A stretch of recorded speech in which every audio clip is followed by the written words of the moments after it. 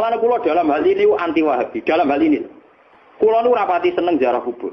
Tapi nak darani kafir itu mesti kriminal Wahabi, atau darani syirik mesti kriminal. Bagaimana mungkin orang dikatakan syirik sementara sing diwaca penawar syirik? Yaiku la ilaha illallah.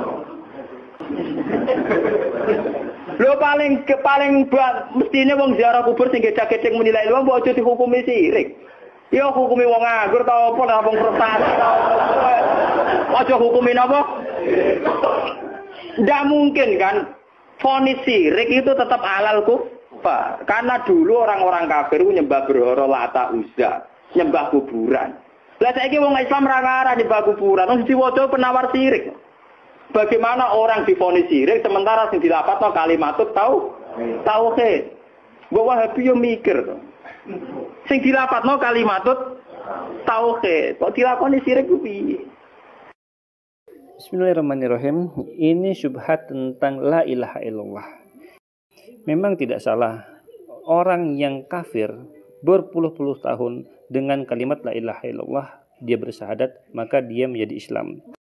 Tapi sebagian pada prakteknya bisa kita lihat di video ini. Dia memuji Nyi Roro Kidul, artinya perbuatannya syirik, tapi dia mengucapkan la ilaha illallah. Padahal makna la ilaha illallah adalah tidak ada sesembahan yang benar dan berhak untuk disembah kecuali hanya Allah saja.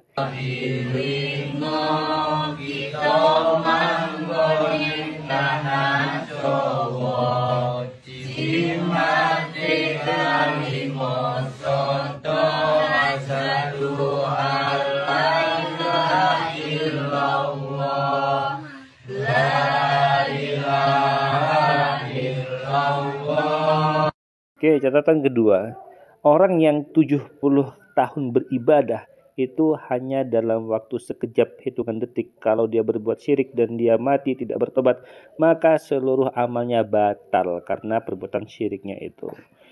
Jadi sebagai seorang muslim kita harus tahu apa yang bisa menyebabkan orang itu masuk Islam dan apa saja penyebab orang itu keluar dari Islam. Untuk perkara kuburan akan kita bahas lewat jawaban Ustaz Mujiman. Barakallahu fikum. Bagaimana bertawasul di kuburan orang yang soleh kepada kuburan orang yang soleh?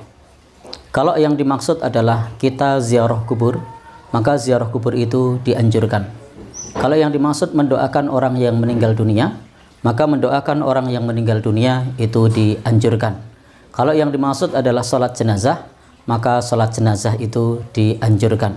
Tetapi jika kita berdoa kepada Allah dengan perantara orang yang sudah meninggal dunia, maka itu perkara yang dilarang di dalam agama.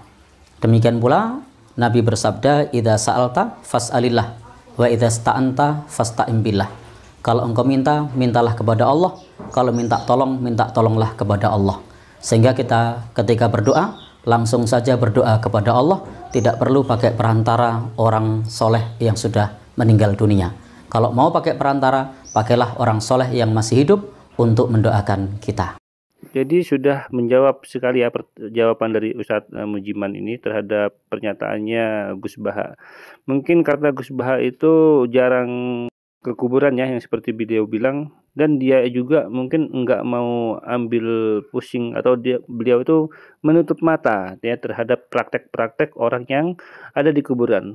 Sedangkan untuk orang yang tahlilan membaca la ilaha illallah di kuburan itu kan adalah praktek yang bid'ah ya, karena bertahlil di kuburan itu walaupun dengan syubhatnya tahlil itu memasukkan orang ke dalam Islam, tapi pertanyaannya apakah ada praktek membaca kalimat tahlil di kuburan?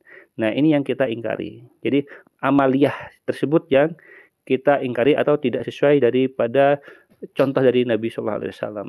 Begitu ya. Jadi ada banyak kekeliruan dari Gus Bahakar. Ya karena mungkin beliau tidak melihat atau tutup mata terhadap praktek kuburan yang terjadi di masyarakat. Gitu ya.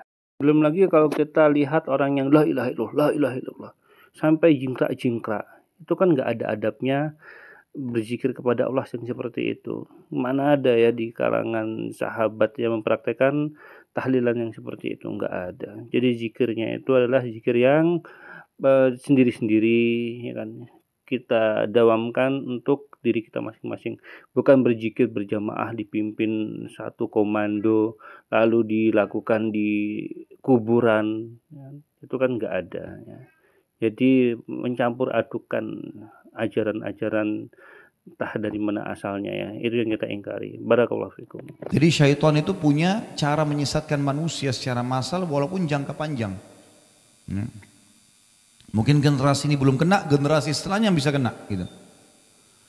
Maka ada dua orang yang fasik datang dari Kairo, 200 kilo kurang lebih dari situ datang, ban mobilnya kempes, pecah, pas di seberang kuburan. Yang satu lagi ganti ban, yang satu lihat ke seberang. Ternyata di seberang itu ada kuburan. Dan dalam hitungan 10 menit rupanya ada 10 orang yang lewat mengucapkan salam ke kuburan itu. Orang ini dasarnya fasik. Fasik ini muslim lebih banyak dosanya. Dia nggak takut sama Allah gitu. Belum punya ilmu agama yang cukup untuk itu. Maka dia bilang, dia ambil kaleng kosong, kaleng bekas di situ ada di pinggir jalan, diambil, dia nyebrang ditaruh di sebelah kuburan. Lalu dia seberang lagi.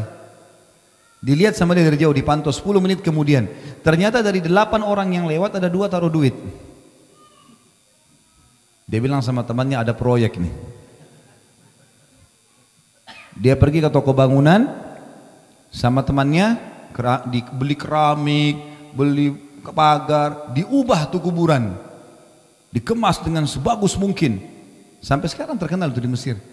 Dibuat keramik bagus, pasang kelambu segala macam, tulis kuburannya Syekh, kuburannya alim ini. Silakan yang mau minta-minta boleh. Taruh celengan yang bagus.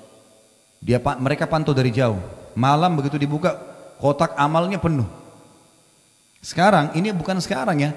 Ini saya diceritain oleh guru saya waktu saya tingkat 4 kuliah di Fakultas Dakwah di Madinah. Waktu itu tahun 1998. Kata beliau, sekarang maksudnya tahun 1998 ya. Allahu alam kalau hari kita sekarang 2017 nih.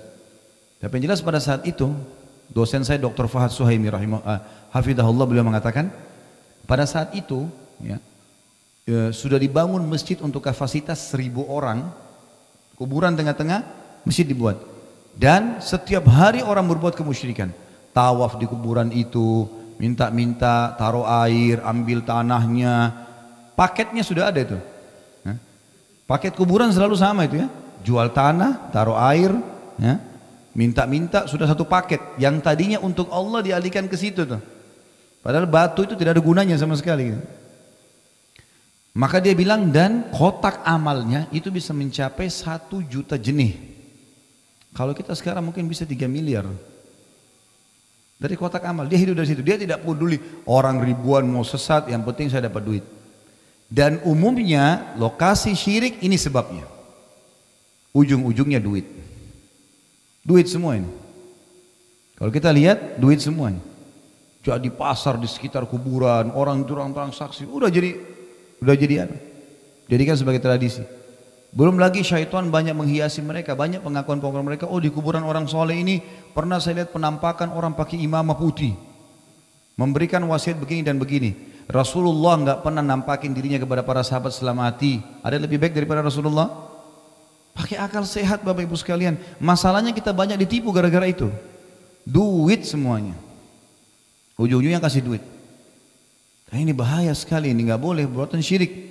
Ya, makanya kita harus khawatir ini membatalkan tauhid kita. Dan syaitan lebih suka itu daripada Bapak Ibu zina.